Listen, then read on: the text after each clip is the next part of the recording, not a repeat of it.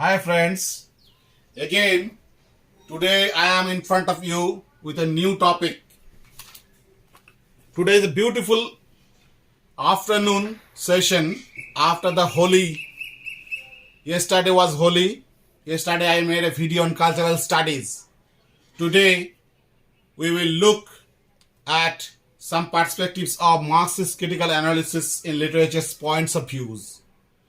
I have shown that I will make a special video on the structuralist Marxism. So here is the point. Today is I have just got the time, and today it is a new kind of video I will try to make. If I make any mistake, please forgive it. Now, as usual, Marxism and Marxist critical analysis, it is a very crucial topic in today's historical perspectives and relating to literature and theory. Nowadays, what is going in cultural studies and the academic perspectives, today we are gaining new knowledge in Marxist critical analysis, and they gave impetus to us in various ways.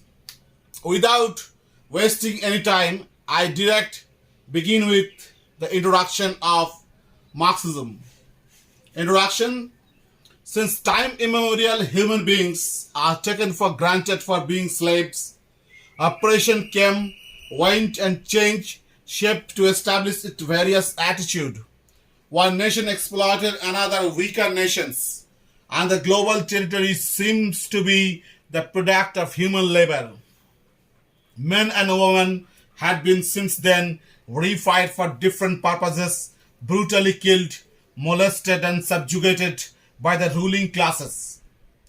Our variegated analysis only provided the textual protest against the oppressions, but till now, no human activism could abolish totally the terrible onslaughts on the Orients, the oppressed, and the subjugated people.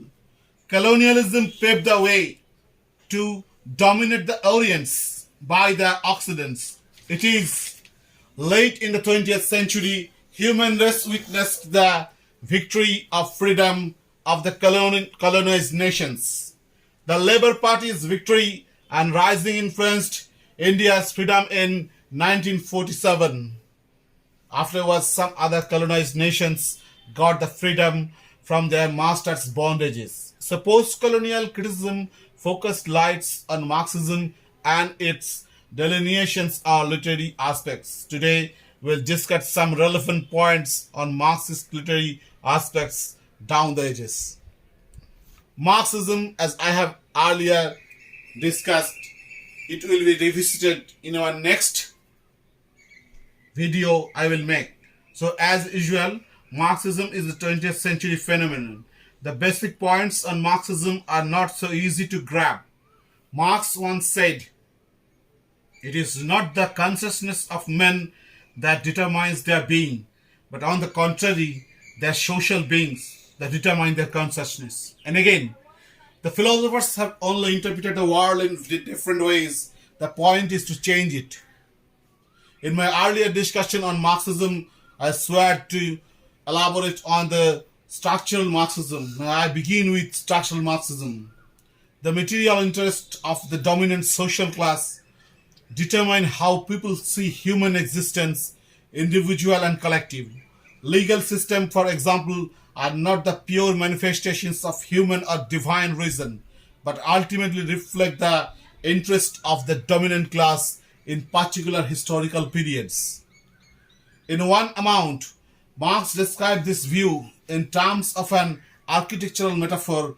The superstructure, ideology, politics rest upon the base, the socio-economic relationships. To say rest upon is not the quite same as saying is caused by.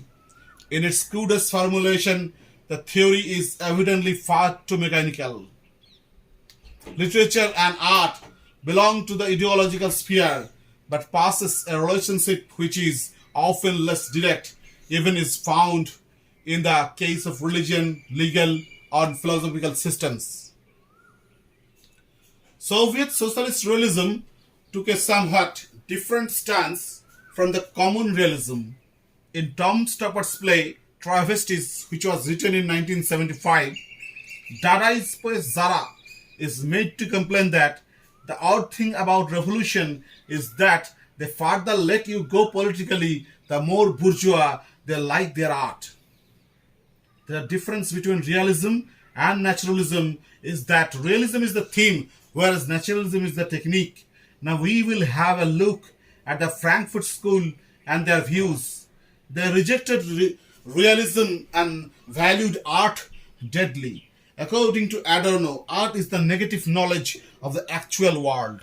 Adorno's views are to some extent similar to Brechian views. Brecht viewed that art must be isolated from the viewer or the reader's consciousness. Again, structuralist Marxist.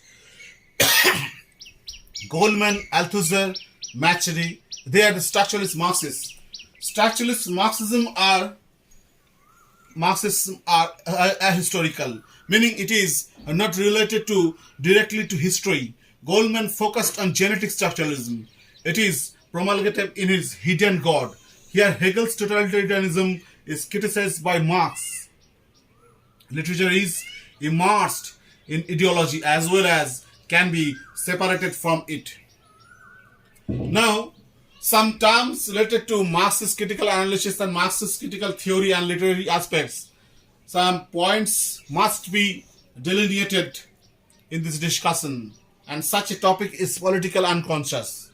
This view is of Frederick Jameson. Society imposes certain rules, and the dominant culture's forms patriarchy also impact on it in such ways that the residual or the oppressed classes are subjugated and relegated to such an extent that the struggle of the oppressed is hidden from the general eyes. It remains as unconscious to us. It is called the political unconscious. Regarding new historicism and cultural materialism, Raymond Williams' Culture and Society marks a significant landmark in Marxist theory, and it is also a significant landmark and a niche in cultural studies. Cultural studies encompasses within its purview Marxism, post-colonialism, and feminism. So feminism also has a good part in Marxist critical analysis. Now, in order to conclude our today's discussion, I will just say 2 or 3 more words which will be helpful to you, and it is very much pertinent to the topic also. Marxism was not only a novel phenomenon, but also it stirred the capitalistic world and shook to its very much foundations. The habit or the functions to lull the revolution by the bourgeois classes was oppressed for the first time in human history.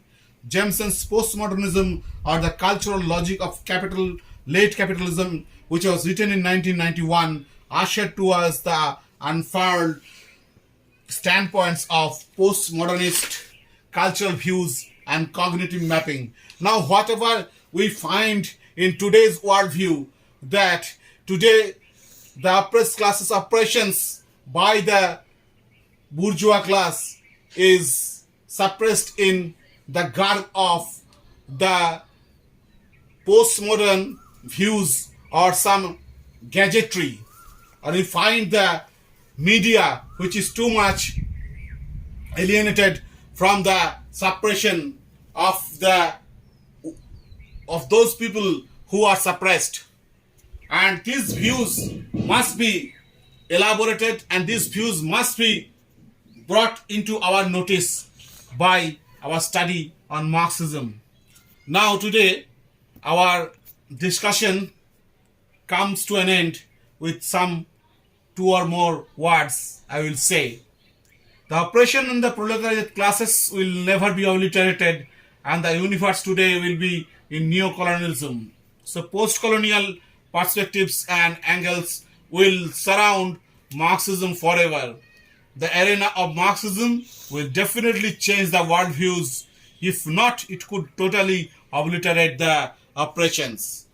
And now, friends, before giving you adieu, I will just say two or more words that in our earlier discussion made on probably last year, and in our earlier discussion I have promised you that I will discuss on the structuralist Marxism and other aspects of Marxism which I have delineated today in front of you.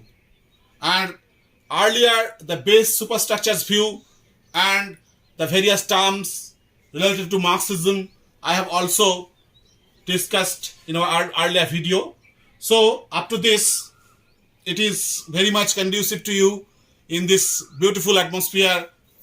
We have got the bright sunshine and we have got the afternoon session here to make a jubilant video one day after.